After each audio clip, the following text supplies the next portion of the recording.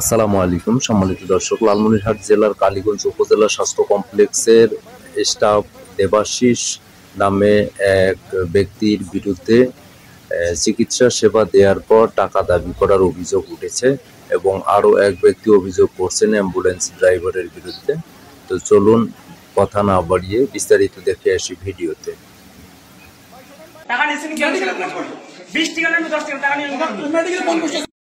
বাকি 30 টাকা ভাই, আপনি ক টাকা নিচ্ছেন ভাই ওনার কাছে? হ্যাঁ, আপনি নিচ্ছেন কেন টাকা?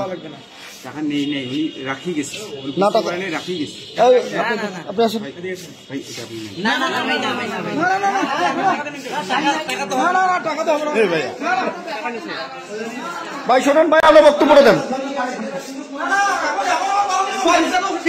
দাদা শোনেন,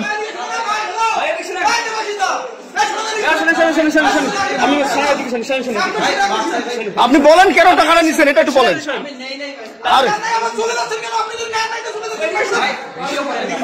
আপনি বলেন কেন নিচ্ছেন? আপনি মেডিকেলে কি, আপনি কি পোস্টে আছেন সেটা বলেন। আমি নেই নেই ভাই, আমি আপনার কাছে মাপ চাই। আপনি কি পোস্টে আছেন এটা বলেন। আমি তো বললাম ভাই আপনার কাছে মাপ চাচ্ছি। আচ্ছা, মাপ পরে, মাপের বিষয়ে পরে আপনি কি এটা বিষয় বললাম তো ভাই, টাকা নিয়েছেন কি? 20 টাকা না 10 টাকা টাকা নিয়ে আপনি পোস্টটা বলেন। 8:30টার দিকে হবে, বাচ্চাটা অনেক কান্না করতেছে, বাচ্চাটার পা থেকে রক্ত পড়তেছে, বাচ্চাটা হাউমাগুড়ি কান্না করতেছে।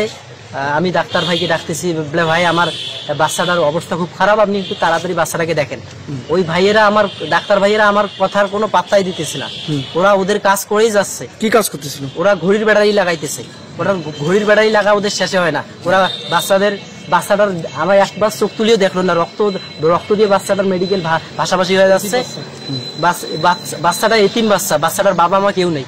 আমি এতবার বললাম যে ভাই তাড়াতাড়ি বাচ্চাটা দেখেন।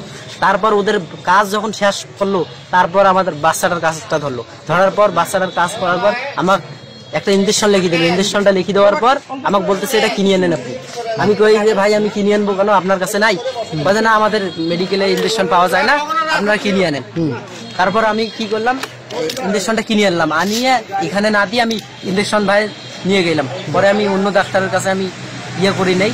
পরে আর কি বাচ্চাটার কাজ যখন শেষ করা হইলো, বাচ্চাটার কাজ শেষ করার পর মেডিকেলের কে বা কাহারা ওদের লোকে আমাকে বললো যে 50 টাকা দিতে হবে। নাম তার দেবাশিস, উনি বললো যে 50 টাকা দিতে হবে। তারপর আমি কি করলাম যে ভাই 50 টাকা, এখানে তো টাকা নেওয়ার নিয়ম না। উনি তারপর কি করলো, আমার কাছ থেকে 20 টাকা নিল। কেন ভাই এটা হবে? আমার মেডিকেলে জরুরিভাবে কেন আমাদের কাছ থেকে কেন টাকা নেওয়া হবে? এখানে তো নিয়ম যে টাকা না নেওয়া। ওনারা কিভাবে আমার কাছ থেকে টাকা নিল? তারপর আমি টাকা দিয়ে তারপর আমরা চলে যাই। এই হসপিটালে প্রায় আমরা শুনি যে এই হসপিটালে আমার মাকে আমি যখন নিয়ে আসছিলাম, তখন আমার মার কাছ থেকে আমি যখন ভর্তি করার টাকা ফি নিয়েছে 100 টাকা।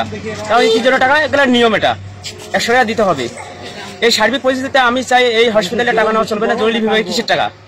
তা আমরা চাই এই হসপিটালে যখন আমরা গরিব মানুষ আসি এখানে, এবং হসপিটালে সুচিকিৎসা হবে এবং বিনা চিকিৎসায় এখানে সবকিছু সেবা প্রদান করা হবে।